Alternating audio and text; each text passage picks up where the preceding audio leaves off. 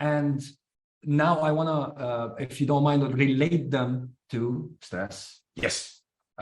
So can you just let me know or let us know how this can relate to stress and in the workforce, perhaps.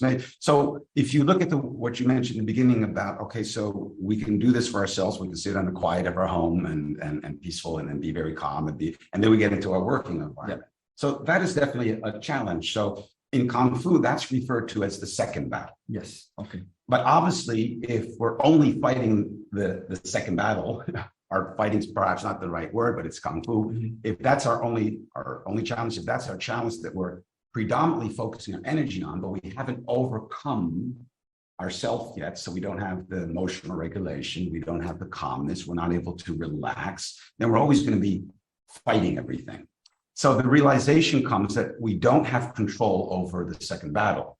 So this is really relating to using the elements to recognize them in yourself, but then also to recognize them in others and realize that everybody is fighting a battle. And then I forget who said this, but all communication is either a communication, a cry for help, or an expression of love. Forget who said that, it's not my quote, but so all communication is an expression of love or cry for help. So when we see people stressed, doesn't mean we allow people to walk over us. We do set our boundaries. Careful with my hands, but we put our hands like this. We don't stand like that, like, oh, yeah, we go. You know what? So we refer to this as your gate, your garden, your house, and you allow people into your garden that you want to. So it doesn't mean we want to fight. So if someone puts a fist, we don't put up our fist. We also don't go like, oh, I do Kung Fu. Mm-hmm. So it's more relaxed. I don't mean to insult any Italians here, so nothing personal, but I often refer to it as like kind of talking like an Italian. So we have our hands out in front of our body.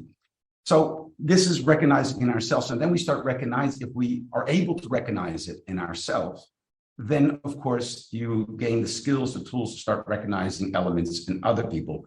And then it really comes down to the quality of communication. Mm-hmm. I would even go as far as say the quality of life comes down, and there's two communications going on. To the quality of communication, you have your internal communication, and this goes more into psychology. We have the emotional triad, which is the words you use. Like, this is terrible, this is the end of the world. How, like, this is very strong. This is very strong. I've seen many talks that talk about the power of words. And honestly, like, sometimes this is, in my opinion, disregarded. Like, the power of words is disregarded in most places. And we can't, like, we don't remember how powerful the words that we either talk to ourselves with or to other people with are. So, yeah, can you? Very powerful, very good point. Yeah, so I won't go too deep in that, but it is actually a very valid point, and perhaps we should go deeper into it. Like, when you talk to your coworkers at the office, what you say to them is very important. What you say to yourself before and after a meeting, maybe, or after a presentation, matters. Like, it really does. Yes, we do have such thing as not necessarily bad, sometimes we use them, but negative words that have a negative impact on individuals and more positive words. But it goes further than that. There's even research now in America. You know, what was his name? The Dr. Amoto, who did probably saying that wrong, excuse me. You guys know what I mean with the water. He put negative words with water molecules, froze them, and after that, the shapes were different. So they're doing right now in the United States, more than 1,000 schools have done this research where they have petri dishes and they put a seed in it and they water. And one of the petri dishes, they only say you're bad, you're terrible, you can't do anything, you're useless. And the other one, they say you're great, you're doing well. Now, I can't go into all the research and the science behind this. I'm not claiming to be an expert in it anyway, but the petri dish, they got all the negative attention and words, the plant grew really bad in all instances. It wasn't like 50-50, it was like 100%. The leaves grew upside down. Yeah. It grew terrible. And the one where they used positive words, it flourished. So we have a lot of water in our body as well. So the power of communication is so important that we're able to see perhaps that someone's communicating, expressing their love, or they're dealing with their own internal battle.